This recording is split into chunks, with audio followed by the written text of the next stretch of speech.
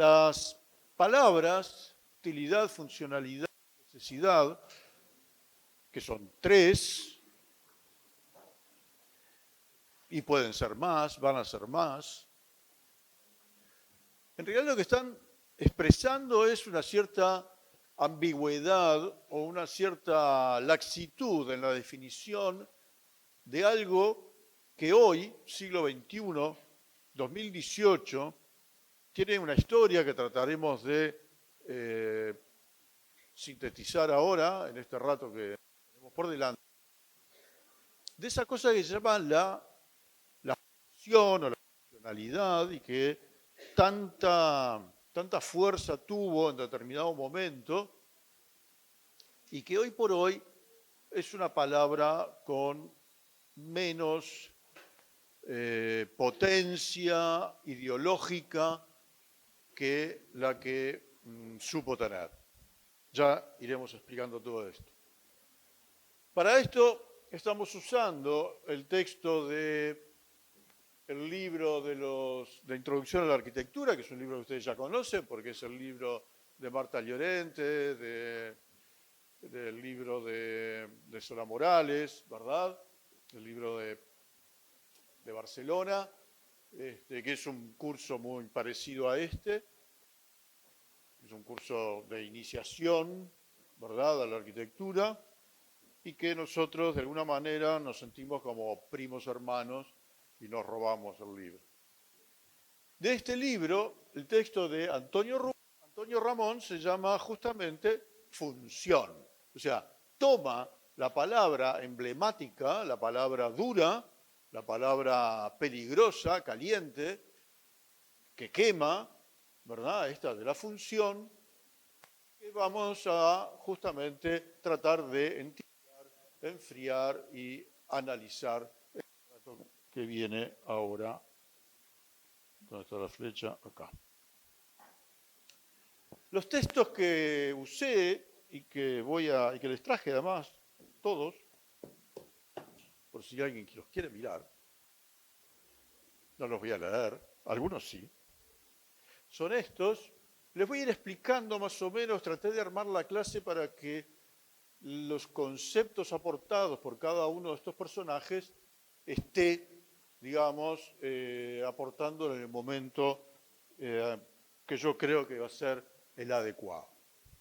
Como siempre, algunas veces hemos hecho también en otras clases, vamos a empezar esta cosa de la función, abriendo el diccionario de la Real Academia Española, que últimamente no tiene muy buena prensa, pero igual sirve, porque es muy, muy completo, muy gordo y tiene muchos años de prestigio, y ver qué significa función. Y función significa un montón y pico de cosas que no voy a leer, obviamente, ¿verdad? No solo porque tiene acepciones de toda clase, tipo y color, sino que además tiene acepciones en la lingüística, en la matemática, en las cuestiones militares, ahí donde dice mil, acción de guerra. No sabía que los militares usaran la función como acción de guerra. Hoy tenemos función, chicos.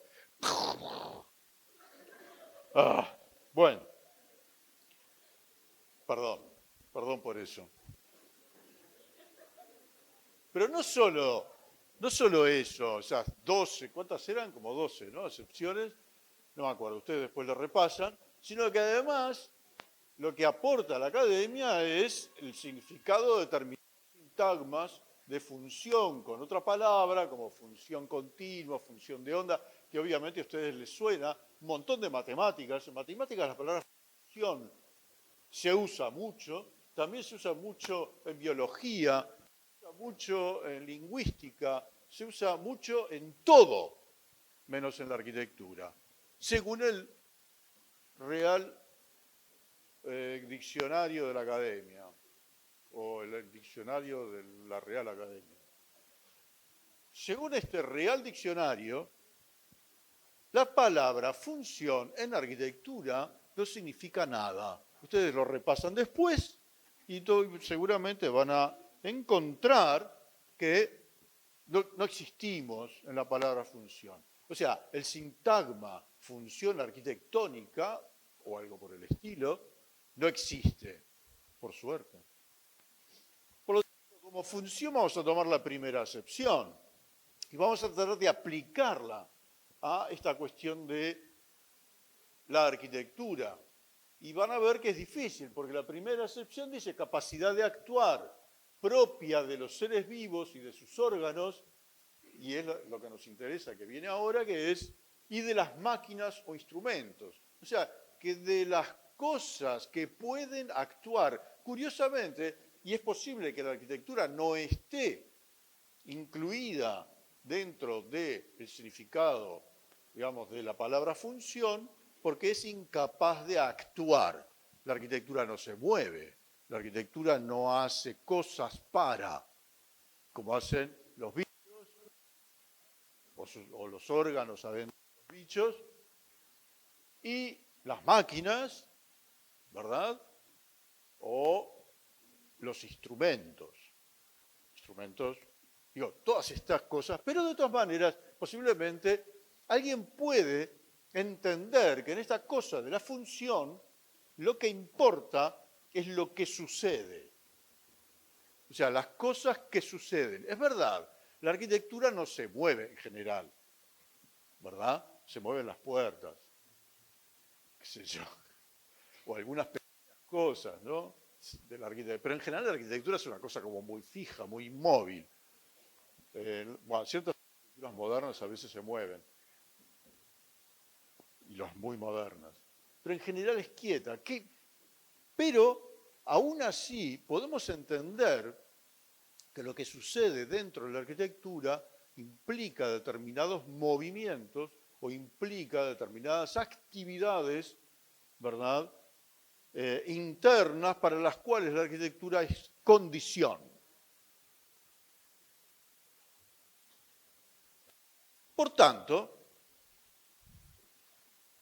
revisando un poco esto y tratando de generar algunas jerarquías dentro de estas palabras, vamos a poner esto de que la necesidad la vamos a poner con la utilidad, o sea que de la necesidad de determinadas cuestiones surge una funcionalidad, ¿verdad?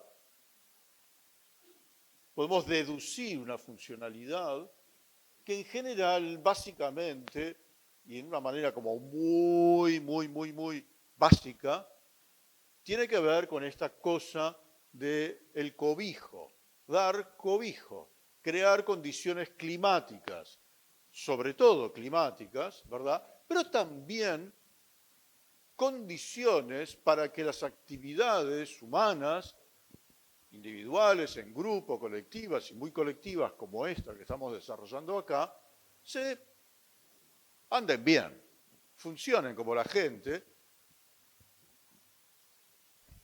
y bueno, y se vea bien, se escuche bien, y todos presten atención y todos seamos felices mirando acá como yo trato de comunicarme con ustedes. Esas son las condiciones, ¿verdad?, que nos dan cobijo. Sabemos que hay algunos problemas. Por ejemplo, este es el salón de la facultad más ruidoso, ustedes ya se dieron cuenta, más ruidoso de la facultad, con ventanas que dan para un lado, que dan para el otro, atravesado completamente. Si alguien baila arriba, se escucha abajo, en fin. Los temas en general los temas acústicos en la Facultad de Arquitectura están resueltos con un veterinario, porque obviamente nadie entenderá por qué pasan esas cosas, pero pasan. Bien, ese es el tema, digamos, de la función. Pero la funcionalidad, y esta cosa de la necesidad de cobijo, dice Antonio Ramón que funciona, voy a señalar para constante ideológica de la arquitectura del racionalismo. Es casi textual. ¿Qué es eso de la constante ideológica de la arquitectura del racionalismo? Haciendo como una especie de breve y muy sintético resumen, para las tendencias del racionalismo en la arquitectura, dar respuesta a las necesidades funcionales son la base, son la raíz, la razón, para hablar filosóficamente, ontológica de la arquitectura. Es su esencia. Pero, nos dice Antoni Ramón, esa esencia es de carácter ideológico. Es decir, está sostenida por una serie de ideas de las cuales es muy complicado demostrar su verdad absoluta. Es, digamos, una ideología soft, light.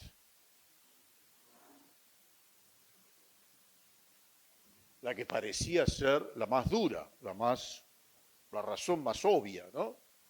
La razón del cobijo, de la protección. Vamos a hacer un repaso histórico, como siempre. ¿En qué punto se plantean estos problemas como cuestión teórica o como cuestión ideológica o pseudo-teórica, llamémosle? Posiblemente en el siglo XVII, con el advenimiento del racionalismo, con el señor René Descartes, etc.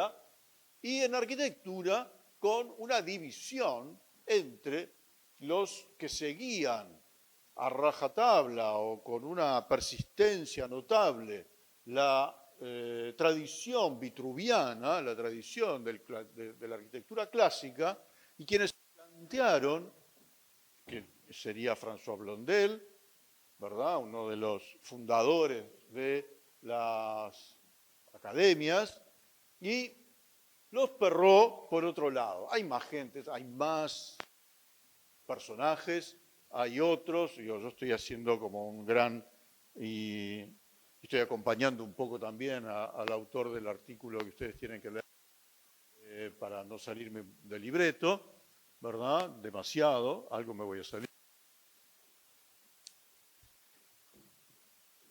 Esa querella, esa discusión se planteó, digamos, como la querella entre los antiguos y los modernos, que no hace falta explicar demasiado de qué va, los que seguían, digamos, con el canon, los cánones, ¿verdad? Y los que se planteaban otro tipo de llegada, otro tipo de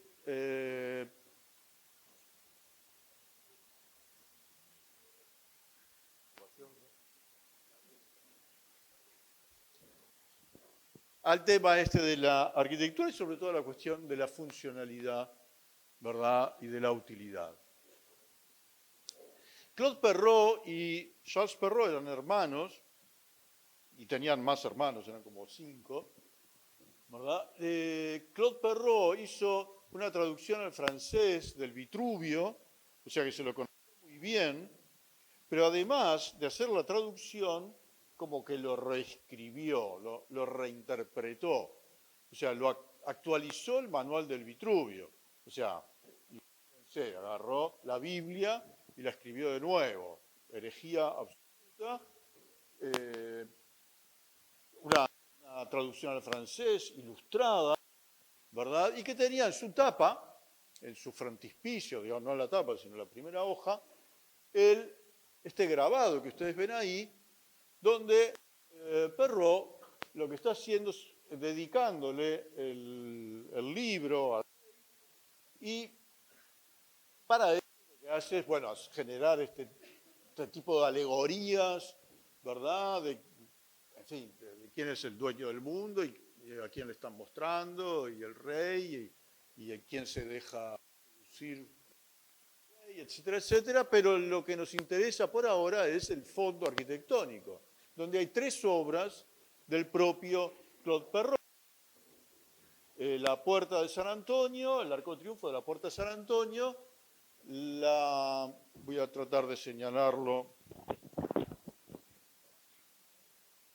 con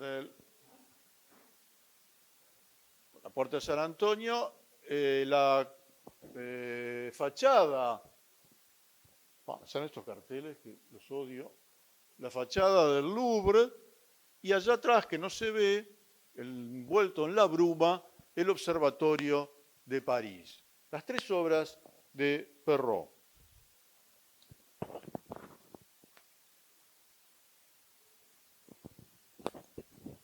Además, Perrault era médico. Y aparte de ser médico, se dedicaba a unas cosas muy asquerosas, que era hacer disecciones de animales. O sea, llevaban animales ahí a un galponcito que tenía en los terrenos reales y los abrían, le sacaban todo para afuera y hacían estos grabados. Esto es una versión inglesa, una traducción inglesa de algunos años después. No encontré, pensé que en Gálica iba a haber grabados de estos de Perrault, pero bueno, no, tampoco me dediqué demasiado. Donde en cada hoja hay una descripción, en este caso una pobre foca, del cual se han sacado, en fin, muchas cosas. Y se explican, se colocan arriba de una mesa y se les da nombre y se estudia para qué sirven estas cuestiones. Esto es importante, es muy importante. ¿Por qué? Porque está claramente establecido, digamos, que la forma de estudiar el mundo a partir de determinado momento es justamente destripándolo.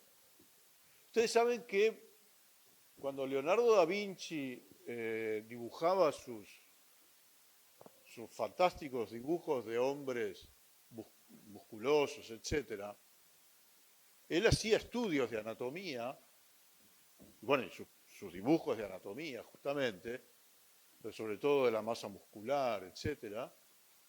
Todos esos dibujos de anatomía los hacía clandestinamente, porque si lo agarraban destripando un body, lo destripaban a él, ¿no? Lo quemaban vivo, yo qué sé, no sé qué decía, pero bueno, tengo que contenerme porque esto lo están grabando con las cosas que digo. Pero bueno, había una cierta actividad no muy bien vista con respecto a lo que uno hace con el cadáver. En el siglo XVII, justamente, imponiéndose esta de la investigación científica, esto de destripar bichitos y bueno, y cadáveres, tampoco, o sea, empieza a tener cierto sentido y empieza a tomar cuerpo en una cierta moral también. La moral científica, se le puede hablar de semejante cosa. O sea, empieza a tomar categoría elevada y empieza a ser practicada por gente que está muy cercana a los círculos de poder y que no necesariamente tiene que hacer de esas actividades algo secreto y clandestino y peligroso, en definitiva.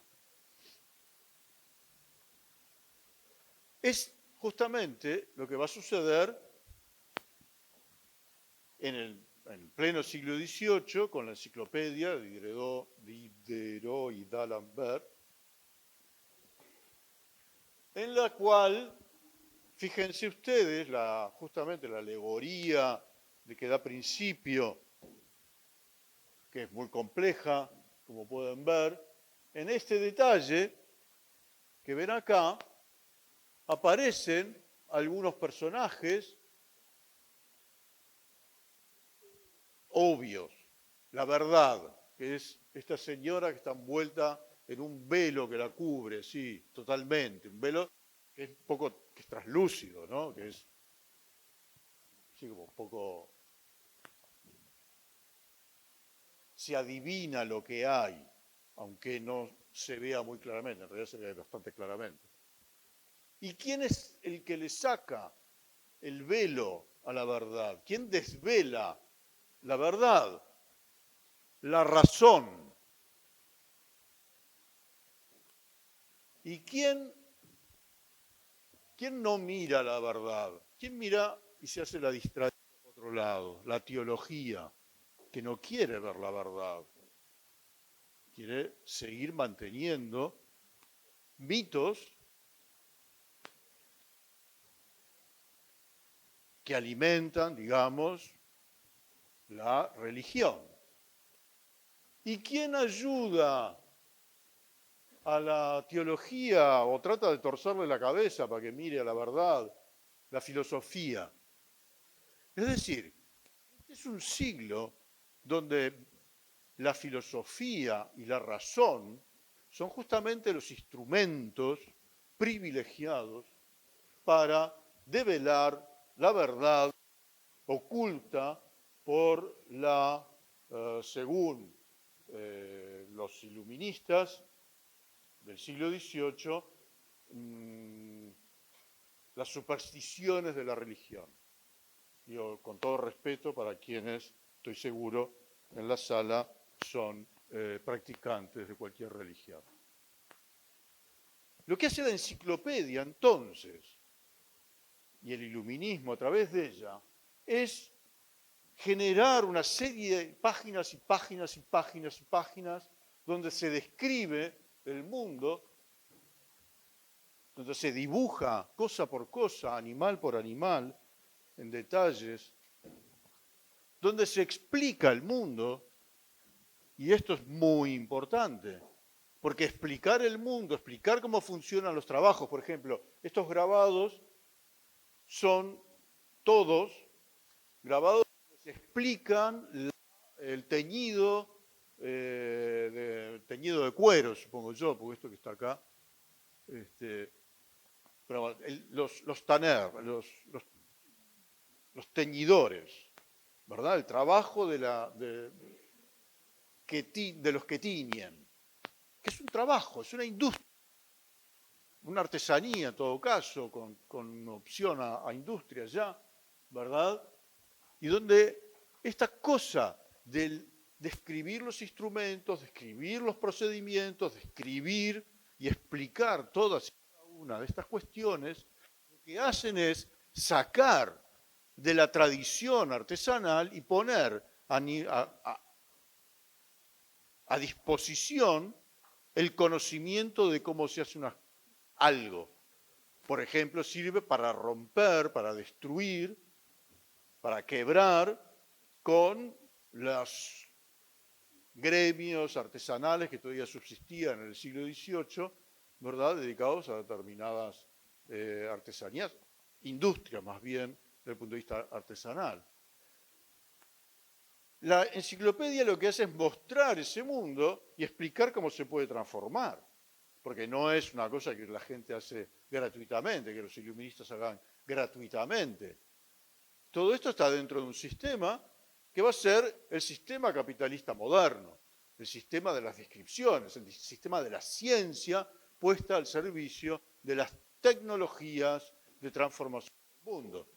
Y sobre todo, las tecnologías de producción, de construcción. Esa forma de ver el mundo afecta obviamente a la arquitectura, que es el cobijo de todos los humanos, es el cobijo de todas las actividades, es el cobijo de todas las funciones, ¿verdad?, que se desarrollan en el universo entero. Todo ese sistema de clasificar, de mostrar, de explicar la arquitectura también llega, el mundo, la biología, por ejemplo, la foquita que le sacaron el hígado, también llega a la arquitectura, pero la arquitectura no se puede destripar. ¿Cuál es el acto? ¿Qué es lo que sucede en este siglo con la arquitectura? Se producen una serie de excursiones arqueológicas, es decir, excursiones a ver cómo eran las ruinas, cómo eran las arquitecturas realmente griegas o romanas, etc. El Renacimiento ya había explorado la arquitectura romana, pero todo se sabía, además, de que la arquitectura romana venía de la arquitectura griega. Pero la arquitectura griega no era tan fácil de ir a ver, porque habían cosas oscuras allá, habían otomanos, habían guerreros que no nos dejaban ir a visitar las ruinas griegas. La arquitectura griega, no hablemos de ruinas. ¿verdad? Estos dibujos de Fischer von Erlach, en realidad, son dibujos hechos a partir de descripciones tradicionales. Es más la imaginación que está funcionando todavía a principios del 18, 1721, ¿verdad? Templo de Salomón, Templo de Júpiter, este no sé cuál es, parecido, no importa, una serie de templos que en realidad tenían muy poco que ver con los templos reales. Es decir, los templos reales que en realidad se empiezan a conocer después de mediado el siglo a través de algunas, como les decía antes, excursiones para ver qué había allá. Y lo que había allá eran cosas, habían ruinas, ¿no? O sea, no había lo que imaginaban que había. Había unas piedras sueltas que si encontrabas era como encontrar un tesoro, ¿no? Claro, en Atenas estaba el Partenón, todavía no lo habían bombardeado, no lo habían hecho pedazos. Allá en Italia estaba y están el templo de Neptuno de Paestum, que es un templo griego bastante bien conservado. Pero en general lo que se ve es un montón de edificios bastante estropeados y además muy poco parecidos entre ellos. Fíjense, Vitruvio y todos los desarrolladores, digamos, de las teorías de los órdenes arquitectónicos, a lo largo del Renacimiento, etcétera, etcétera, etcétera, lo que habían de alguna manera establecido es que los órdenes arquitectónicos se construían a partir de reglas matemáticas precisas. Aquello de que la columna dórica, su base entra 8 veces en la altura, creo que 8 veces, más o menos. Pueden verificar. O que la proporción entre la separación entre cada columna es XX, que la altura y la base, todo eso, todas esas relaciones donde además predominaba, digamos, las proporciones áureas, los números, Pitágoras y compañía, ¿verdad? Toda esa precisión, resulta que cuando fueron a medir, toda esa precisión desaparece. Toda esa precisión, toda esa cosa de que parecía que la antigüedad debía ser la fuente del absoluto conocimiento y precisión, no lo era. Todo mentira.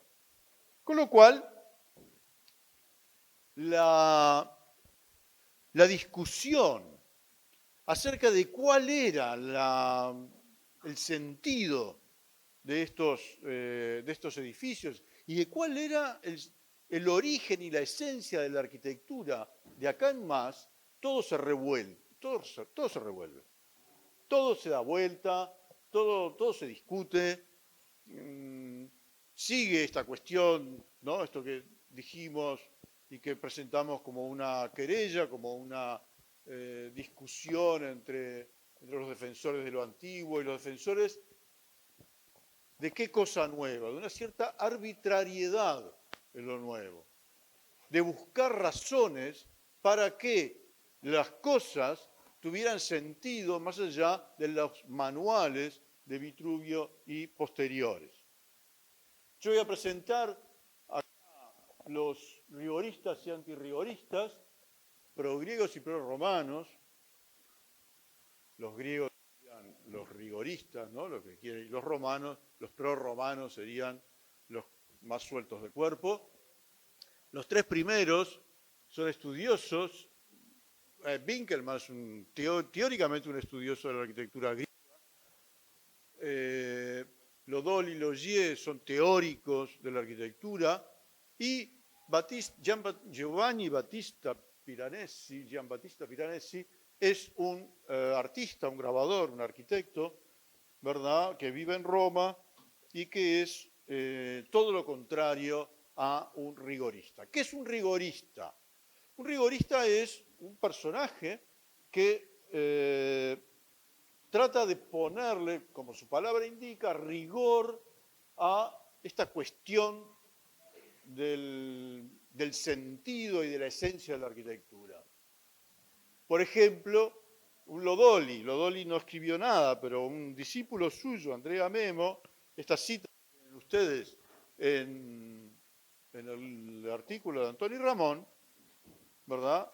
Andrea Memo recogía de su maestro citas como estas: la analogía, la utilidad y el ornamento solo pueden derivar de elementos físicos, matemáticos y de normas racionales. Nada de lo que hagas, arquitecto, tendrá sentido si no puedes justificarlo con la matemática y la física. Nada tendrá sentido, ni el ornamento, ni la utilidad, nada, ni las plantas, nada tendrá sentido. Todo tiene que ser demostrable, todo tiene que ser exacto, todo tiene que ser preciso, demostrable de que es necesario, absolutamente necesario.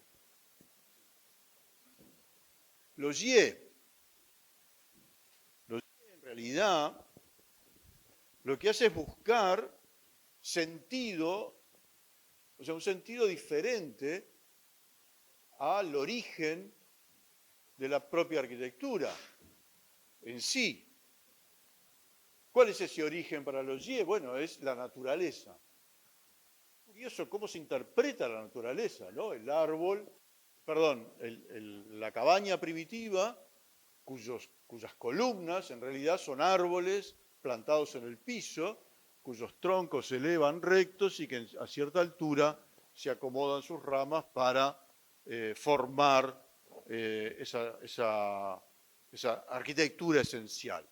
La cuestión de los orígenes de la arquitectura, la explicación de los orígenes de la arquitectura, justamente tiene sentido por esta cosa de la búsqueda del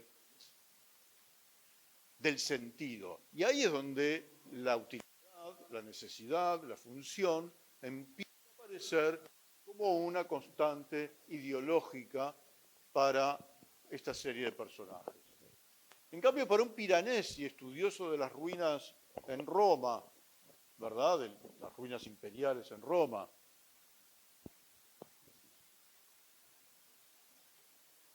y que hacía estos grabados que los vendía para vivir, ¿verdad?, pero que eran muy consumidos por todos los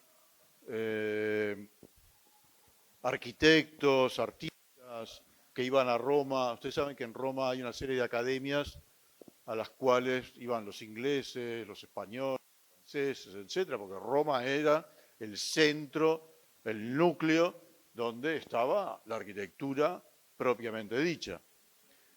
La discusión, por lo tanto, en Roma era que, bueno, que la arquitectura, ¿cómo se explicaba la arquitectura romana? Observen,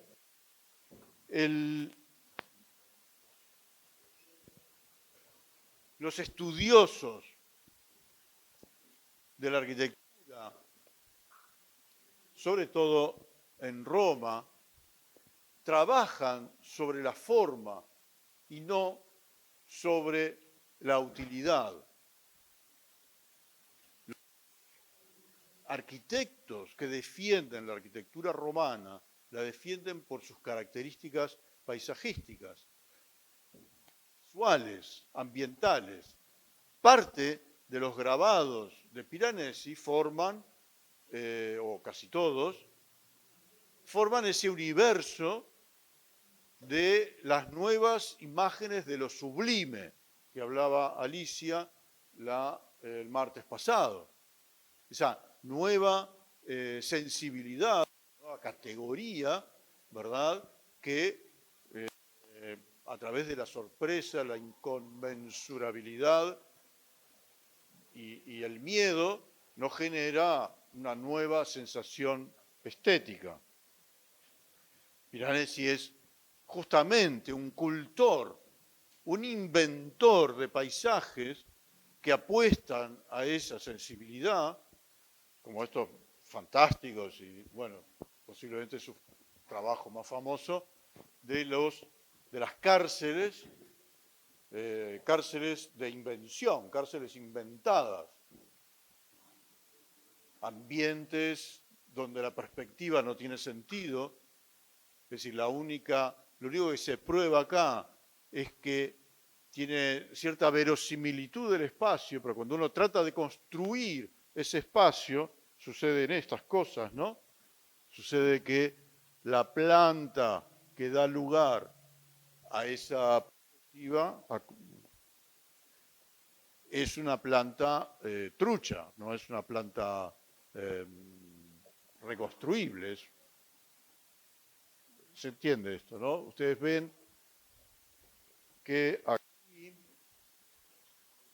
hay un espacio, aquí hay un espacio que es este, que es como una especie de espacio elíptico, pero que cuando uno reconstruye la malla perspectiva que hay, estamos todos acá, ¿no? Puedo señalar acá. Bien. Allá no hay nadie. Ah, qué alivio. O sea, el espacio este oval, que está allá, no llego, allá arriba en la perspectiva, en realidad tiene estos conjuntos de columnas en el medio. Uno trata de hacer el rebatimiento de la perspectiva sobre el plano, cosa que los Vivien habían hecho antes con mucha más precisión, ¿verdad? Pero que Piranesi se suelta de cuerpo, suelta la melena y termina, digamos, proponiendo estos grabados donde la perspectiva obviamente es imposible, el espacio existe, ¿verdad? Y a eso se suma la tortura, ¿no? Porque estas cosas de acá son instrumentos de tortura, hay gente colgando por ahí, en fin, gente sufriendo. Ahora no estoy viendo mucho, pero bueno, se nota. Sublime. Donde, ¿qué importa la razón? Lo que importa es justamente, y simplifico mucho, el sentimiento que surge de la imagen. Esta imagen no se puede construir, no tiene función. Bueno. Por eso, Piranesi en realidad es muy crítico con los rigoristas. Hay un pasaje que yo casi me lo sé de memoria, pero me gusta leerlo, de un texto de Piranesi en el cual teóricamente un rigorista y un no rigorista o antirrigorista, discuten acerca de la arquitectura y el antirrigorista le dice al rigorista, perdón por la cacofonía, dice, así pues, dice, ¿Grecia y Vitruvio? Pregunta Didascalo dirigiéndose a su antagonista. Bien, decidme, ¿qué representan las columnas? Vitruvio dice, los ejes erigidos de las cabañas, otros, los árboles que sostienen el cubierto. Obviamente está hablando de Loggier, ¿no? O sea, le está pegando a Loggier. ¿Qué te crees, Loggier? Que estás inventando el origen de la arquitectura. Y las ranuras en las columnas, ¿qué significa? Vitruvio, y con Vitruvio mete a todos estos, ¿no? A los rigoristas, pretende que los pliegues de las matronas, así, las columnas que ya no figuran ejes ni árboles, sino mujeres que sostienen su techo. ¿Y qué os parecen las estrías? A mí me parece que las columnas de ser lisas. Así, poned aparte, columnas lisas. Ojo, eso es siglo XVIII. Quien dice columnas lisas en el siglo XVIII está hablando con 200 años de adelanto, ¿no? Columnas lisas. Los ejes y los árboles se plantan en tierra y son rectos. Los dóricos así figuraban sus columnas. Por lo tanto, deben hacerse sin base. Sin base. Las copas de los árboles, aunque se emplearan para sostener los cubiertos, los techos, se harían lisas. Las de los ejes se parecen a todo lo que queráis menos a capiteles. Si esto no basta, deben representar cosas sólidas, no cabezas de hombre, ni de vírgenes, ni de matronas, ni cestas de entorno, ni pelucas de matronas que llevan cestos en la cabeza. Poned aparte, sin capiteles. No temáis, hay otros rigoristas que quisieran columnas lisas, sin base y sin capiteles. O sea, en realidad Piranesi lo que está diciendo es lo ridículo que podía llegar a quedar un edificio con columnas lisas, sin base y sin capiteles. ¿Cómo se les ocurre? Pero además, sigue, y no me quiero estirar mucho, pero esto está bueno. Observemos los muros de un edificio. Tanto desde dentro como de fuera. Terminan en la cima con arquitraves y con todo lo demás que está encima y por debajo. De estos arquitraves en general se disponen columnas semidiametrales o pilares. Ahora pregunto, ¿qué es lo que sostiene el techo del edificio? Si es el muro, este no precisa arquitraves. Si son las columnas o los pilares, ¿qué hace allí el muro? O pongo muro o pongo pilares, perdón, eso fui yo. Vamos, señor Protópilo. Protópilo obviamente es el rigorista, ¿no? Vamos, señor Protópilo. ¿Qué es lo que queréis abolir, abatir? ¿Los muros o los pilares? No respondéis, pues yo voy a destruirlo todo. Poned aparte, edificios sin muros, sin columnas, sin pilares, sin frisos, sin cornisas, sin vueltas, sin techos, sitio, campo raso, clama Piranesi diciendo, no seas tan ridículo porque si por este camino del rigor te quedás sin arquitectura, como efectivamente terminó sucediendo. La cuestión es si nos quedamos sin arquitectura o si la arquitectura tiene otro sentido. Eso se los dejo a ustedes. De la mano de esta discusión, donde está Logier, donde está Lodoli, donde está Piranesi. Piranesi está en todos lados. Piranesi es un tipo posiblemente de los más conocidos, famosos, ¿verdad? Del siglo XVIII como teórico, como escritor, pero sobre todo como grabador y generador de estas imágenes que veíamos antes. En Inglaterra, este arquitecto, John Swan, tipo muy interesante, no voy a extender mucho, pero fíjense, en fines del siglo XVIII, el tipo de arquitectura que está haciendo. Arquitectura lisa, arquitectura con muy pocos pilares, con muy pocas cornisas, con muy poca decoración clásica, o inventando directamente su propia decoración, generando su propia decoración, que también es una forma de destruir esa cosa de la arquitectura tradicional y clásica. Observen cómo dibujan la arquitectura de John Swan, algunos de sus ayudantes.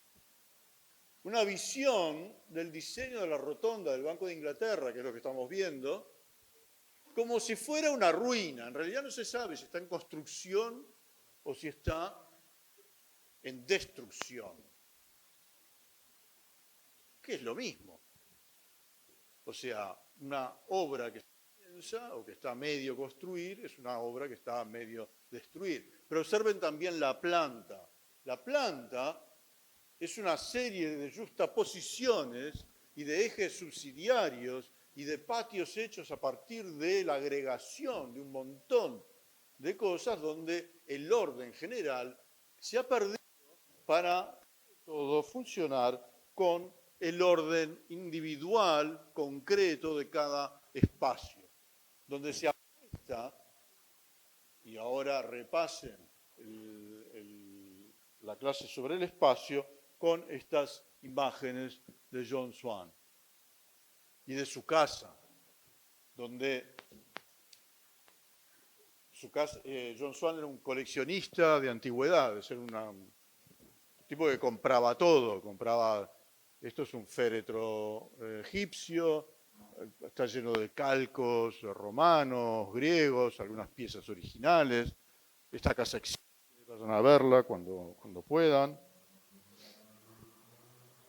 Aquello era un grabado, esto es una fotografía, ¿verdad?, de esos espacios, y donde John Swan se encarga de explorar el espacio en su propia casa a lo largo de los años, comprando las casas de al lado, generando una serie sería muy largo, pero es muy interesante, una serie de trucos espaciales, ¿verdad?, de aperturas y cierres que bueno, vamos a dejarlo pero me parece que tienen que estudiarlo con más precisión.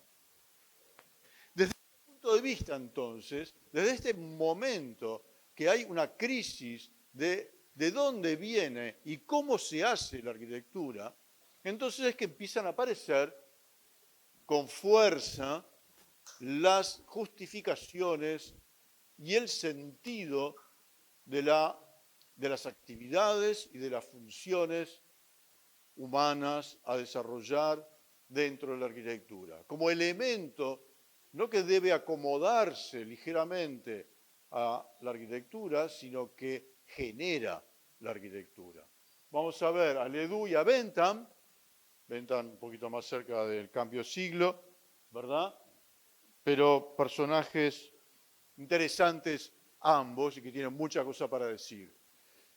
Ledoux es un arquitecto que muy rápidamente, un tipo muy talentoso para dibujar y que muy joven empieza a contactarse con los círculos de poder cada vez más altos hasta que llega al círculo del rey y sus mujeres, sus amantes y yo qué sé qué. Esta casa hace casas para Madame du Barry, que es una famosa cortesana, y para esta señora, Mademoiselle Guimard. Mademoiselle Guimard era una cantante. Y en su casa, por tanto, como no llego, voy a usar esto, aparece un teatro. Y el teatro está puesto justo arriba de la entrada a su casa. Es decir, el teatro esta es la planta alta y esta es la planta baja. Allá es la entrada. Observen cómo paso a través del edificio que está allá para enfrentarme a esta fachada que es esta de acá, ¿no? Se nota la exedra esta muy claramente. ¿O no es claro? Sí es claro, ¿verdad? Entonces yo paso por debajo de algo que está dándole signos. O sea, el teatro no se pone en el fondo. El teatro es lo que está en la fachada de la casa, está delante. Es lo que le da sentido a la casa de una cantante. Va a ser Ledoux el arquitecto de las salinas reales de Shaw. La sal, ustedes saben, era un valor monetario en determinadas épocas, y las salinas reales era el lugar donde el rey producía sal. Las salinas reales es una industria, es un programa nuevo, en el 18, muy complicado de organizar. Todas las salinas, todos los edificios de las salinas, que también pueden ustedes ir a visitar porque todavía existen, como atestiguan estas fotos recientes,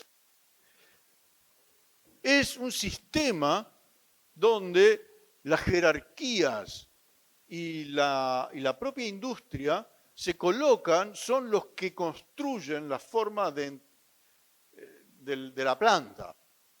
Es decir, uno entra a través de un pórtico y se enfrenta a la casa del director, que es esta de acá. A los lados de la casa del director es el lugar donde se produce la sal.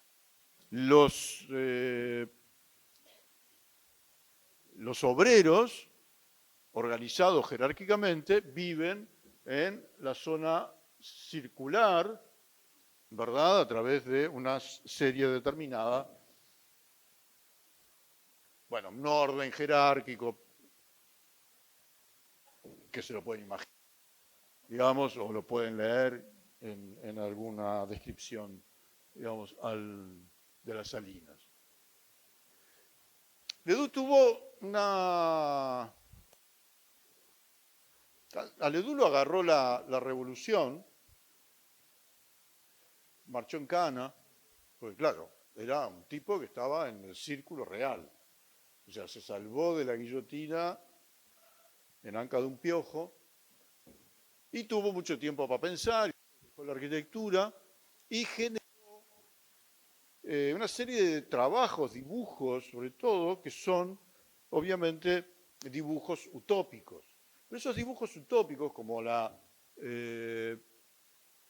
ciudad ideal de Shaw, una ciudad ideal hecha en base a las Salinas, pero desarrollando el programa tenía como forma de control del territorio una serie de personajes arquitectónicos, valga el error, como estas rarezas, ¿verdad? Una casa para el guardián del río, y entonces el río pasa a través de la casa. O el otro, la bola, ¿qué es la bola? La casa del leñador o del guardabosque. No sé por qué es redonda. No sé por qué es esférica. Gonzalo, ¿sabes por qué es esférica? ¿No? Bueno. Otras piezas, ¿no? El proyecto de merendero, el Oikema, el proyecto de prisión. Digo, quedémonos, o sea, todos tienen un sentido. El proyecto de merendero, estoy inventando, ¿no? Pero parecen platos, ¿no? El proyecto de prisión, como una ventana. Y el del medio, el Oikema, tiene forma de lo que es, de lo que no es, de lo que representa. El Oikema es está descrito, es un lugar donde se entrena a los jóvenes en el arte del amor. Del amor físico. Vos acordate que están grabando. No puedo decir mucho disparate.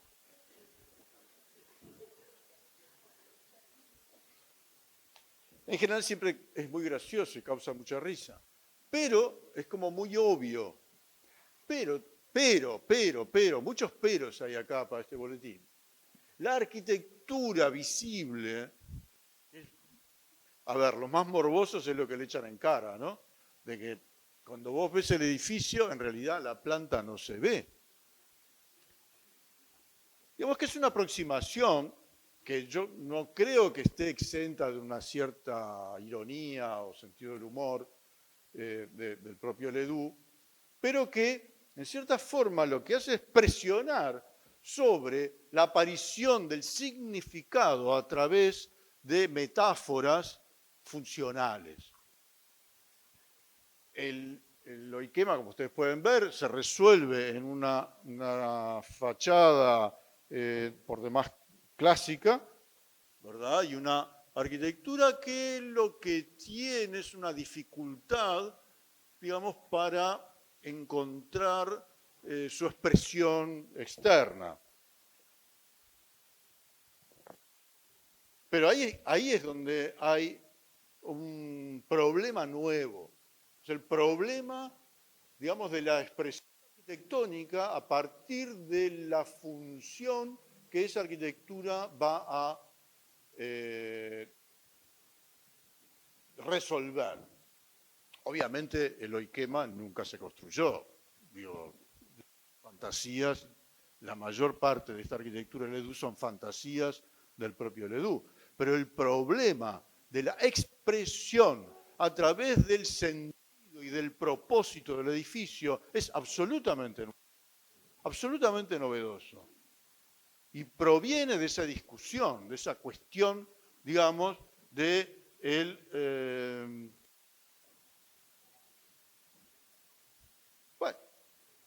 de la anatomía de la arquitectura, de la disección de la arquitectura.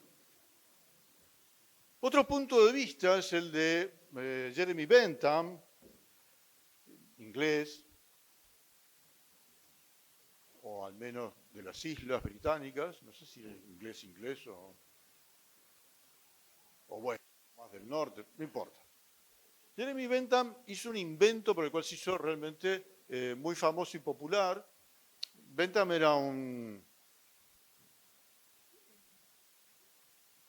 filántropo, era un personaje, un inventor, y inventó esto que es una prisión, el panóptico, una prisión moderna. Y esto no es lo que expresa el panóptico, y lo que vemos en el panóptico no es el tema de la expresión de la función, sino la función construyendo la arquitectura directamente. Y esto es absolutamente fundamental, vital, importantísimo, crucial. Es decir, la explicación de cómo funciona esta prisión es lo que le da su forma. ¿Cómo funciona esta prisión? Pues señor, aquí obviamente están los presos, los prisioneros. Alrededor, esto obviamente también es un círculo completo, ¿verdad? Es un tambor de varios pisos. Y en el centro hay una torre en la cual hay un vigilante. O en todo caso, dice Bentham, solo sería necesario un vigilante, o quizás ninguno, porque solo la presencia de la torre, que no vemos qué es lo que sucede adentro, ni quién está adentro, y sabemos que nos ve a nosotros, porque el sistema, las celdas están totalmente abiertas y entra la luz por detrás, y el vigilante sabe perfectamente qué es lo que hacemos día y noche, al menos de noche no sé cómo lo resolverían, acabo de darme cuenta, pero bueno, no importa, de noche se duerme. O sea, el panóptico es la visión absoluta, la visión del todo. Con este sistema lo que está evidenciando, aparte de una vocación policial bastante notable, esta cosa de que yo te veo y la arquitectura es la que me deja, la que hace, no la que me deja, la que hace posible que yo te vea y te controle siempre, absolutamente siempre. Por eso ustedes, a partir, digamos, de esto y sobre todo a partir de algunas elucubraciones que han hecho algunos filósofos y intelectuales contemporáneos acerca del panóptico, esta cuestión del panóptico está arriba de la mesa con una vigencia bastante fuerte, más allá de esta cuestión funcional y llevándolo a la cuestión más ideológica. En 1825, y siendo un vitruviano bastante acérrimo, este señor Quatremer de Cancy establece en un diccionario de la arquitectura estos principios que no están en la voz adecuación, sino que están en la voz de principia. Y eso es bien interesante, porque los principios, es decir, la esencia, lo más básico, lo más elemental, está dicho con una claridad absolutamente diáfana, ¿no? Es decir, se ha observado que la naturaleza no tiene ninguna cosa inútil, nada que no tenga su fin, y así se dice de los medios propiciados para conseguir ese fin. De allí se deduce este principio, que en la arquitectura, teniendo cada obra su destino, cada detalle debe tender a ponerse en relación con ella. Esto es, a ser útil. Después agrega, estudiando la naturaleza se ha visto que este útil, la arquitectura es ese útil, al que todo debe mirar, tiene por compañero al placer, de tal manera que el pensamiento solo puede aislarlos subordinando el segundo al primero. El placer se subordina a lo útil. Y Catramar coloca un principio y un después. De aquí el principio, que lo útil y el placer deben ir unidos, en compañía, pero el último, el placer, deriva del primero. El placer deriva de lo útil, dice Catramar de Cancy. Esto es obviamente ya escrito negro sobre blanco la teoría del funcionalismo en 1825. Pero uniendo, obviamente, que esta cuestión de la utilidad, de que lo útil debe ser el principio, nos va a dar automáticamente placer. Es decir, nos va a dar una consecuencia de orden estético.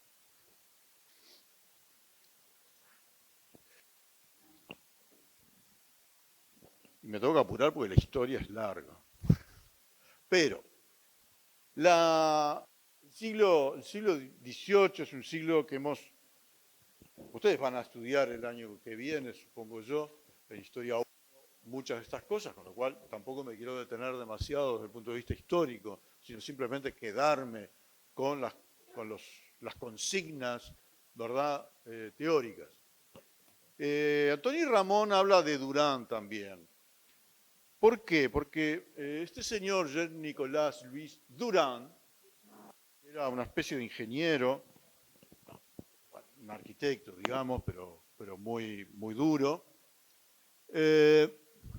Da unas clases para ingenieros acerca de cómo hacer edificios, cómo hacer arquitectura. ¿Y qué es lo que inventa Durán? Es un sistema un sistema de elementos sueltos que después se combinan de una manera ordenada, racional, en tramas, para construir arquitecturas de ciertas escalas, buscando, o sea, da un sistema de proyecto absolutamente racional, no artístico, absolutamente matemático, geométrico, sin subjetividad ninguna, con lo cual construir industrial, casi que podríamos llamarlo, para hacer arquitectura. Dando, insisto, saltos así medio a los sapos. ¿Los sapos saltan? ¿Las ranas saltan? Bueno. Vamos al diccionario otra vez. Porque curiosamente, si bien en función no hablábamos de arquitectura, cuando buscamos la palabra funcionalismo en el diccionario, la primera acepción dice arc. ¡Ah, todavía! Por fin. Y entonces el funcionalismo dice tendencia de la arquitectura racionalista, según la cual la forma de un edificio procede de su función y que hace prevalecer la esencia de lo moderno frente a lo tradicional. Nunca mejor definido, ¿verdad? Así. Y para que la academia, la Real Academia Española, haga del funcionalismo esta definición, ustedes saben que a la Real Academia Española le cuesta mucho, ¿no? Tiene que haber pasado una discusión salvaje. Tiene que haber sido tremendo. Y los tipos con mucha convicción encajaron esto, ¿no? Yo no sé si sigue existiendo. Bueno, de hecho esta la bajé del que está colgado en la web. Con lo cual ellos todavía creen en esto. la Real Academia Española todavía cree que el funcionalismo es esa tendencia, bla, bla, bla, bla, bla, bla. En realidad, lo que está haciendo la Real Academia Española, con esta excepción, es historia. Obviamente después hay acepciones, sobre todo en la lingüística, que tienen relación con estas cosas. Para eso vamos a recurrir a un librito de un señor que se llama Adolf Bene. El libro se llama 1923, La construcción funcional moderna. Y entonces, en este, que es uno de los usados, yo no sé si lo menciona Ramón, pero es importante este libro, dice, Bene no, el que le hace el prefacio, el José Ángel Sanz Esquide, dice que esta es la primera historia de la arquitectura moderna. Es decir, en 1923 es alguien que hace y que genera una explicación, o sea, hace una selección de arquitectura, le da una explicación teórica, ¿verdad? Como nadie hasta ese momento se lo había dado, teóricamente, según, insisto, este señor Sanz. Bene, obviamente lo que está haciendo es explicando lo que él ve en Alemania alrededor suyo, porque él es un casi arquitecto, es un crítico, un escritor, ha escrito muchísimos artículos, ha escrito 2 libros, uno se lo publica, el otro creo que nunca lo pudo publicar, porque obviamente andaba corriendo delante de los nazis, y bueno, no da tiempo para otras cosas que correr. Pero en este libro que llega hasta nosotros, Bene hace más o menos lo mismo que Quatremer. No niega la autonomía de la forma. Dice, sí, la función es lo prevaleciente, pero desde el principio de la historia, el hombre es un, ¿cómo es que dice? Tiene instinto de juego. Es decir, las cosas tienen que servir, pero las cosas además, como dice Quatremer, tienen que dar un cierto placer. Él lo llama instinto de juego. Por lo tanto, desde los orígenes, dice, el edificio fue juguete e instrumento. Bueno, me parece fantástico, ¿no? O sea, el edificio sirve para cosas, pero además sirve para que todos nosotros estemos bien de espíritu. Por lo tanto, en 1923, cuando el libro se escribe, se publica después, algunos años después, en 1923, en plena campaña por la objetividad de la arquitectura, Bene se pliega a esa teoría de la objetividad de la arquitectura, pero con esta salvedad, digamos, de vuelta al juego.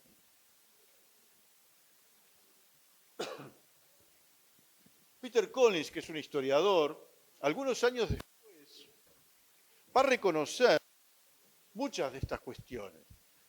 Pero en el capítulo de Peter Collins, los ideales de la arquitectura moderna, etcétera, etcétera, cuando llega al funcionalismo, que él cataloga como un ideal de la arquitectura moderna, se basa en 4 analogías, que algunas son explicables, ustedes ya la pueden entender, la analogía biológica.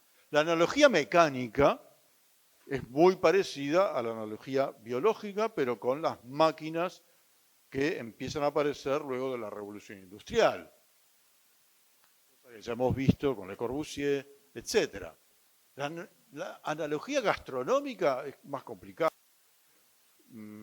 Hay un capítulo dedicado a esta cuestión de la analogía gastronómica, en la cual me parece que Collins patina un poco con el tema del gusto, la invención del gusto y la atribución del gusto, que bueno, merecería una discusión un poquito más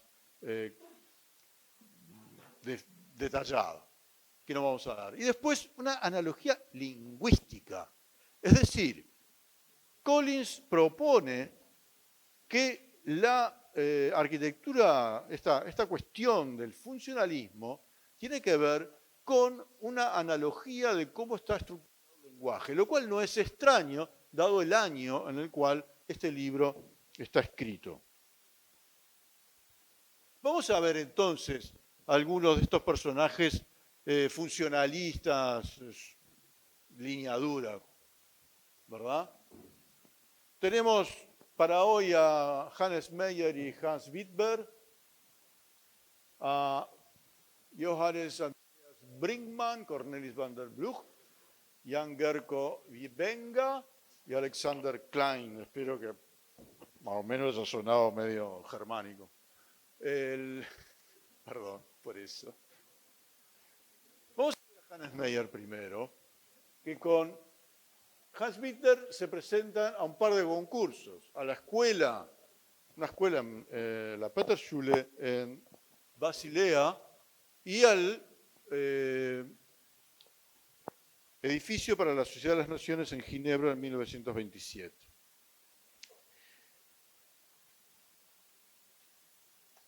Esto ya tiene aspecto, digamos, o sea, acá dimos un salto salvaje, ya nos olvidamos de las columnas, en el medio hay mucha historia, pero esto es esa cosa que dice el diccionario, la arquitectura funcionalista, ¿verdad? Racionalista, etcétera, etcétera, que no me acuerdo, me voy a tener que aprender. ¿Qué dice Meyer de esto? Hannes Meyer es un tipo que va a estar trabajando en la Bauhaus, eso ustedes lo van a ver en Historia 2, pero adelanto algunas cosas, como todo el mundo, ¿verdad? Va a ser uno de los abanderados del funcionalismo radical. ¿En qué consiste ese funcionalismo radical? Les voy a leer algunas cosas. Dice, una síntesis de un artículo aparecido en la revista La Bauhaus, justamente, Bauen, que aparece en esta revista. Construir, dice Hannes Meyer, es un proceso biológico. Construir no es un proceso estético. La arquitectura, como, comillas, materialización de las emociones del artista, cierra comillas, no tiene justificación ninguna. Pensar en la construcción en términos funcionales y biológicos lleva directamente a la construcción pura. La construcción pura es el sello característico del nuevo mundo de las formas. Nosotros organizamos los nuevos materiales de construcción en una unidad constructiva según principios económicos, de modo que cada forma, la estructura del edificio, el color de los materiales y la textura de las superficies nazcan automáticamente y sean determinadas por la vida. Esto de automático es importante. Construir es solo organización, organización social, técnica, económica y psicológica. Construir no es ya una tarea individual en la que se realizan las ambiciones arquitectónicas. Construir es un trabajo conjunto de artesanos e inventores. Un buen constructor es el que sabe dominar los procesos vitales trabajando en colaboración con los demás. Para conseguir el dominio de estos procesos vitales, Hannes Meyer consideraba necesario, etcétera, etcétera. Examinar la relación de los seres humanos y los animales con el jardín, así como los efectos recíprocos de todos ellos entre sí. Calcular la inclinación de los rayos solares a lo largo del año en relación con el terreno. Definir la zona de sombra proyectada por la casa sobre el patio. Hablando de construir una casa, obviamente. Todo esto es una cuestión absolutamente física, biológica. No hay, o sea, todo es un sistema deductivo del cual surge la arquitectura.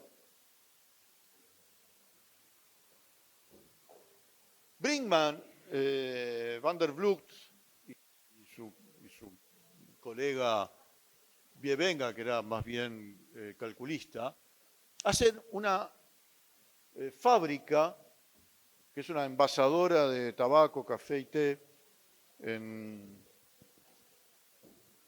Rotterdam, ¿verdad? Que todavía existe, se puede visitar.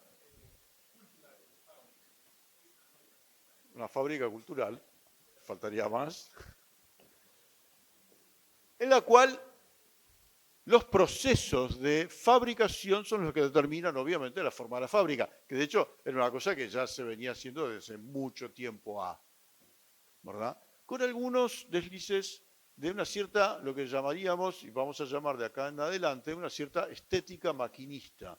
Es decir, empieza a aparecer que esa racionalidad constructiva se transforma, se va a ir transformando, va a ir adquiriendo algunos signos que van a ser un estilo, lo cual es herético decirlo en este preciso instante.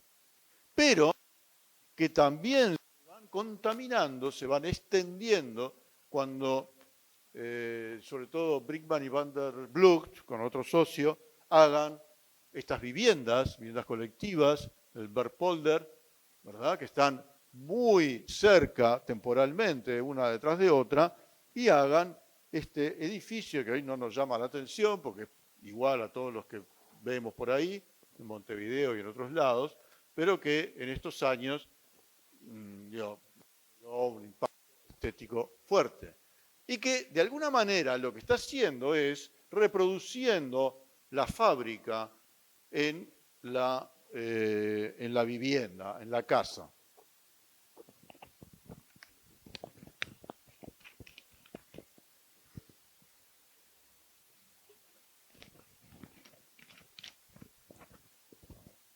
No traje hoy a Le Corbusier. Me pareció que Le Corbusier ya está, ¿no?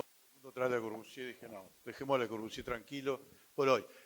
Pero sin duda que la consigna de Le Corbusier, que Le Corbusier escribe en Hacia una arquitectura, ¿verdad? La máquina, la vivienda es una máquina para habitar, o para ser habitada. La redacción exacta es variable y discutible, depende del traductor. Tiene sentido acá desde el punto de vista estético, porque uno podría decir, la consigna, la casa es una máquina para habitar, el habitar puede ser reducido a sus funciones y relaciones fundamentales y expresarse como casa igual, como vamos a ver más adelante, justamente con Alexander Klein. Alexander Klein, un arquitecto alemán, en realidad no era alemán, era ruso, pero que bueno, que trabaja mucho tiempo en Alemania y obviamente también sale corriendo por delante de los nazis en los años 30, genera una manera de analizar y de proyectar la vivienda de una forma absolutamente racional, biológica, digamos decir, maquínica, en el sentido, digamos, de mecanismos puestos en función. Esto es el estudio para una casa con el mínimo pasillo, con la menor cantidad de pasillos, para evitar construir espacio interior inútil. Y entonces la distribución se estudia de forma tal de poder generar espacios de cierta intimidad o control visual, o la forma en cómo los muebles están colocados, cocina, dormitorio del niño, dormitorio de los papás, el baño, el hall de entrada y distribuidor acá, que es lo único que aparece, ¿verdad?, como distribuidor del lugar, o estos cuadros que hace Alexander Klein, que son muchísimos, en los cuales estudia toda clase de relación, se estudia de una manera estadística cuáles son las formas más eficaces de distribuir o de dar medida a la misma distribución de una casa, que no es esta, ¿verdad?, de un apartamento, cuál va a ser la mejor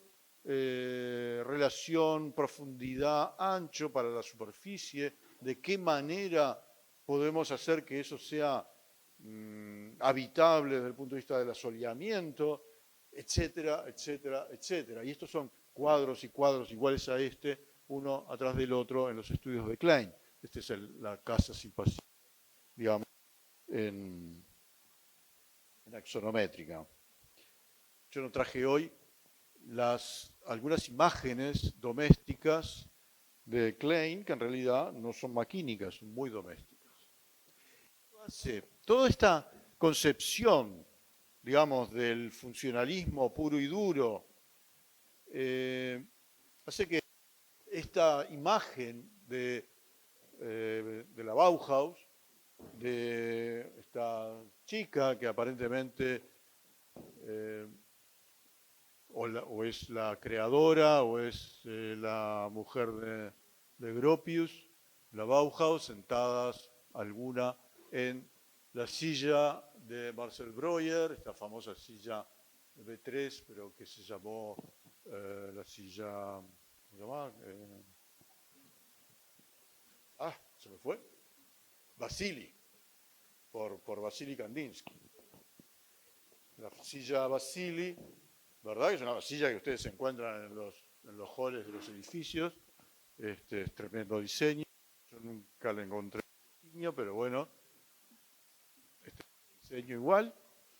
Y esta fotografía, digamos que ha cundido también, o se ha utilizado como una especie de, que no creo que sea su fin original, como una especie de expresión de la despersonalización del hombre moderno, enmascarado, con una máscara metálica, ¿no? Bastante siniestro es la fotografía, ¿verdad? De una manera inconsciente, creo yo, pero bueno, lo es. Y el hombre, digamos, moderno, despersonalizado, deshumanizado. Respecto a esto, Edward de Surco, otro libro que está digo, que no tienen que leer ustedes, pero que me ha ayudado a sacar algunas cosas,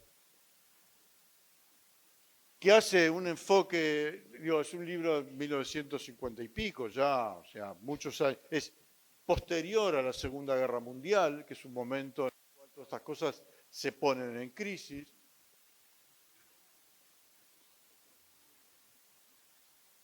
Él dice, pero de una manera crítica, de que esta cuestión del funcionalismo termina por ser un principio rector de la arquitectura y termina por ser una medida de valor.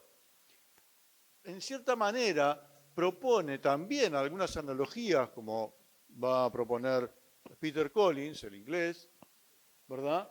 Orgánica, otra vez, la analogía orgánica surge y surge y surge, está siempre presente en esta cuestión de las nuevas arquitecturas.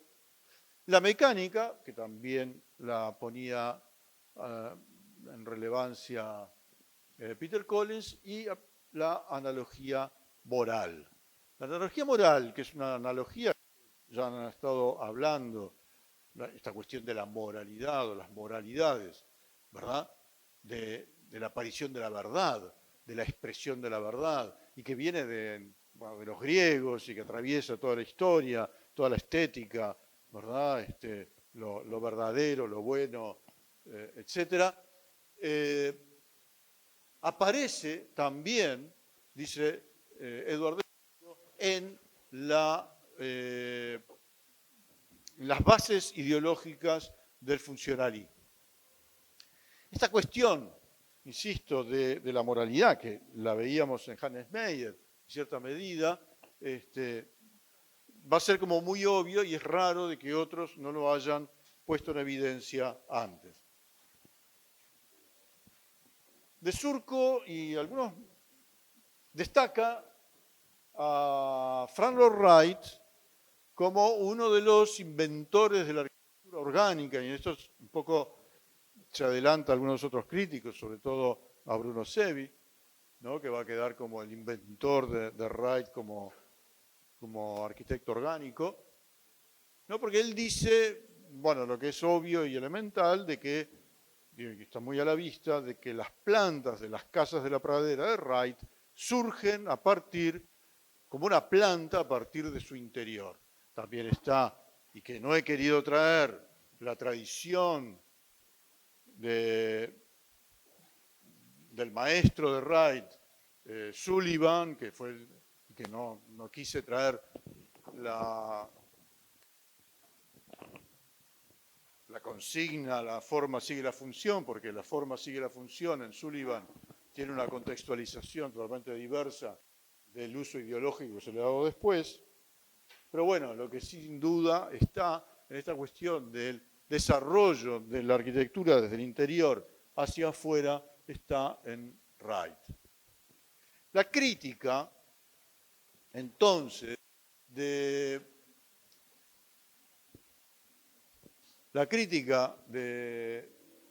la posguerra, estamos hablando de la Segunda Guerra Mundial, estamos hablando de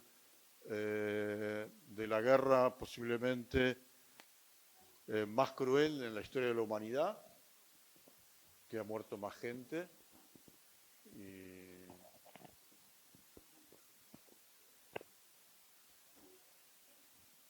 y de las maneras más horrorosas. Bueno, en realidad en eso somos muy creativos los hombres, pero desde el punto de vista cuantitativo fue una guerra realmente horrorosa, y desde el punto de vista cualitativo obviamente también.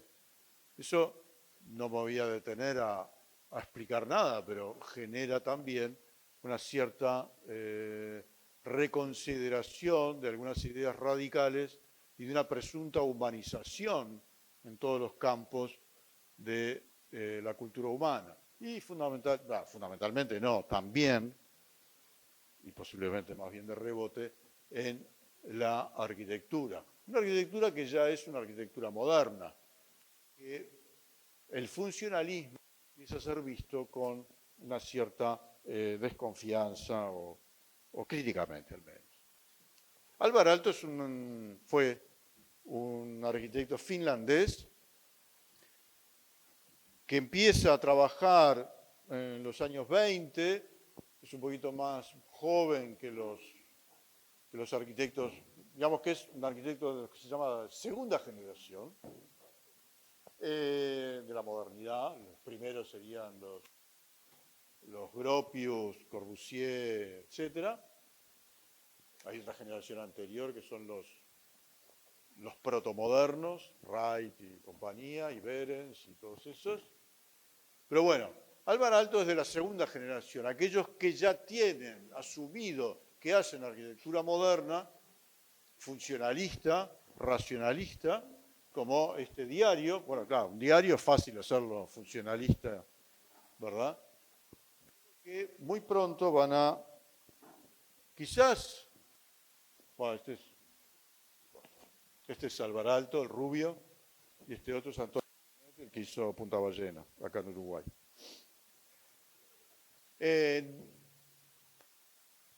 Cuando hace sanatorio para tuberculosos en Paimio, Finlandia, que va a ser obviamente una obra muy moderna, ya la ven, empieza a tener algunas expresiones explícitas de Alvar Aalto para una humanización de esa arquitectura. Por ejemplo, el diseño de los muebles. Y puse acá al lado el Basili, ¿no? Este mueble es un mueble de madera y no es metálico, de madera curvada, ¿verdad? Típico, y que después son experiencias que Alvar Aalto va a seguir haciendo y desarrollando. O estos estudios para que la pileta de la habitación no haga ruido, el agua cuando cae rebota de una determinada manera para que no moleste a la otra persona que está, digamos, acostada. Hay una descripción de cómo pintar las paredes de las habitaciones para que sean psicológicamente positivas. Dejémoslo por ahí, ¿verdad? Pero estos estudios son como muy explícitos, ¿verdad? De esta cosa de paremos de pensar el hombre como un habitante de una máquina y pensémoslo desde el punto de vista de su psicología. Que llevaría, digamos, ya algunos años después, a una arquitectura mucho más sensual, con una materialidad mucho más amable, menos metálica, en fin.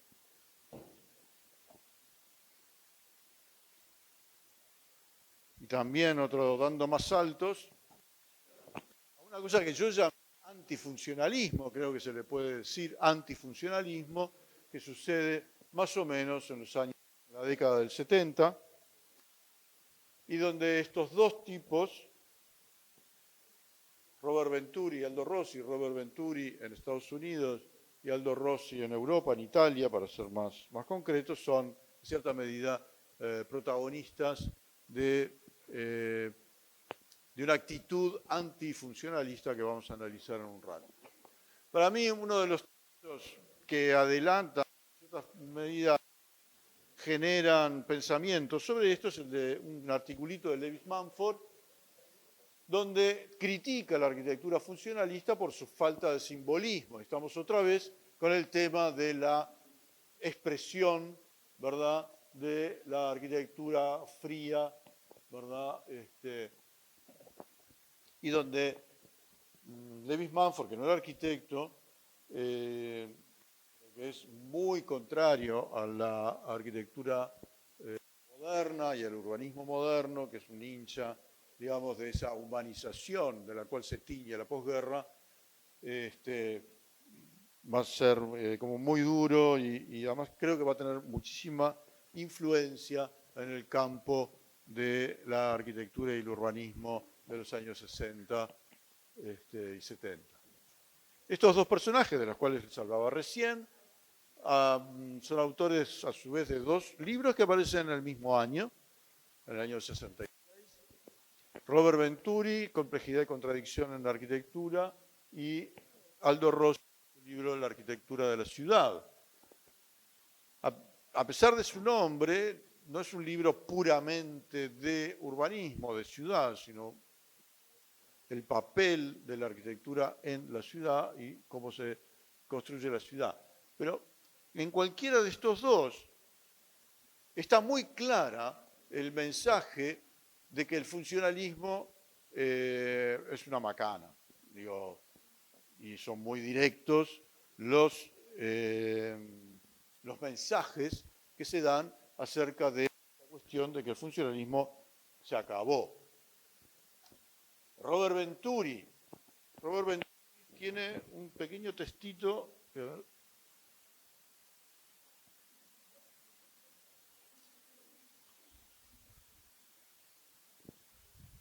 que está en el Ramón, bastante reproducido, como muy extensamente, y no lo encuentro. Bueno, no importa. Ustedes sí lo van a encontrar, acerca de cómo Venturi se explica diciendo de que la arquitectura no puede ser clara, que la moralidad en la arquitectura es una engañapichanga, no es una excusa, que o sea, reclamarle moralidad a la arquitectura es como reclamarle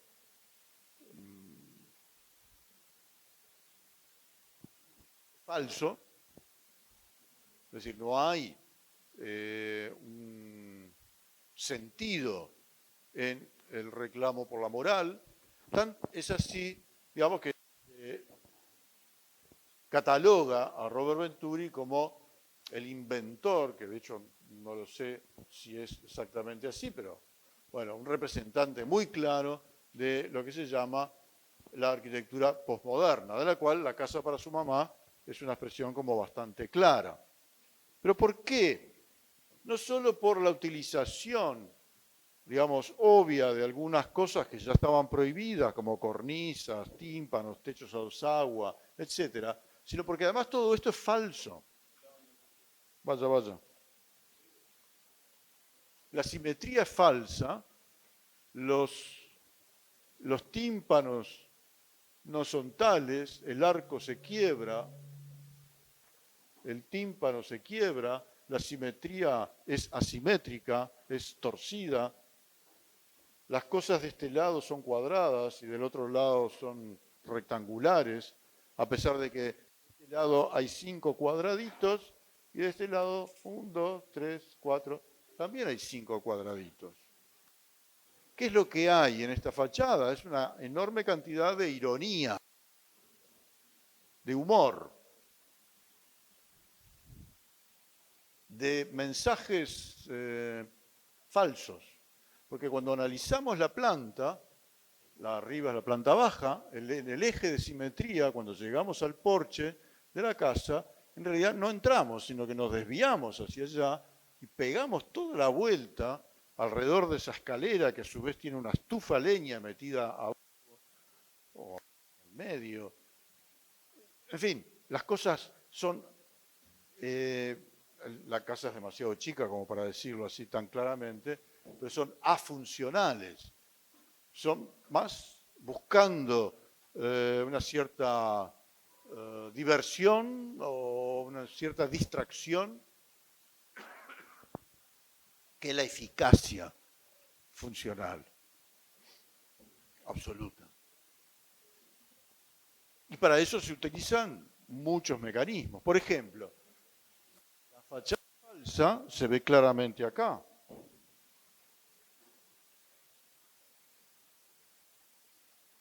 En este corte, donde la fachada aparece como superpuesta al volumen que aparece atrás, que es el volumen de la chimenea. Es decir, o una de dos, o la fachada es falsa o la chimenea es falsa. Una de las dos son falsas y lo que queda en el medio es un agujero, ¿verdad? Es decir, hay una manipulación suficiente de la arquitectura que nosotros conocemos, como para decir que todas las fábulas morales, orgánicas, mecánicas, etcétera, construidas trabajosamente y que están en el diccionario de la Real Academia, están cayendo. Con Aldo Rossi pasa algo parecido, pero no igual. Aldo Rossi, en su crítica al funcionalismo, que llama el funcionalismo ingenuo, en realidad lo que está es reivindicando la arquitectura como un lenguaje que no puede transformarse. Él dice, la arquitectura es la arquitectura, tiene 3.000 años, se ha construido a lo largo de la historia, y ¿quién soy yo, o quiénes somos nosotros, arquitectos modernos, para inventar una nueva arquitectura? La arquitectura es como siempre ha sido la arquitectura. Y la arquitectura es simétrica, la arquitectura tiene patios, la arquitectura tiene pasillos, la arquitectura tiene techos inclinados, tiene techos planos, tiene cúpulas, tiene conitos puntiagudos, qué sé yo, tiene cosas. Tiene lo que siempre ha tenido. Tiene ejes de simetría, chimeneas. Bueno, simetría, obviamente, está clarísima. Las imágenes blanco y negro de arriba son las imágenes seleccionadas por el arquitecto para presentarse. Y las de abajo creo que también. Tampoco hay mucha posibilidad de otras imágenes, ¿verdad? Pero las recuerdo de la publicación oficial. Pero observen qué cosas pasan acá. Por ejemplo, el eje de simetría que me conduce a la chimenea, en realidad no me conduce a la entrada. La entrada es esta de acá. Qué petizo soy. Es esta, que está justamente de costado, es esta entrada de acá, de costado al eje de simetría. O sea, no entramos por el eje de simetría, sino que tenemos que pegar un giro y dar la vuelta. Lo cual, la arquitectura no es solo tradicional, no es solo como siempre ha sido, sino que además es afuncional. La función es un tema aparte.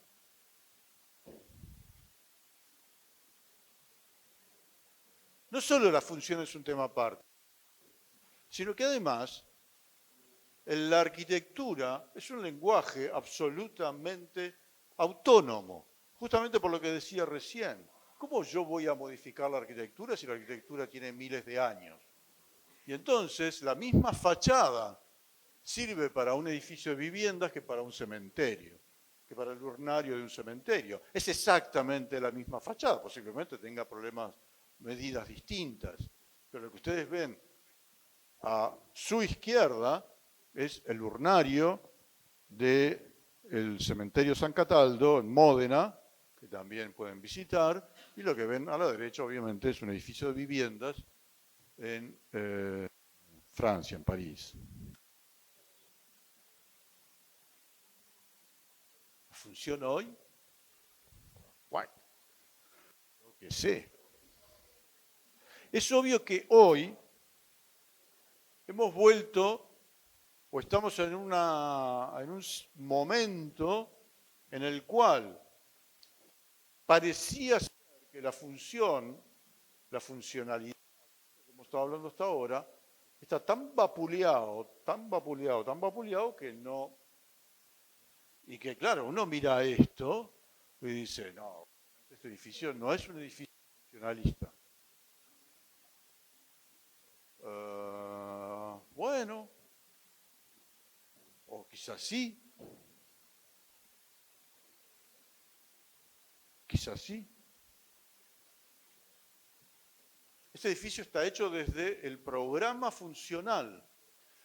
Yo les puse ahí un enlace a una conferencia TED de Joshua Prince Ramus, el arquitecto que trabajó acá, y donde explica cómo se hizo el edificio. Está en versión con subtítulos en español, así que está fácil.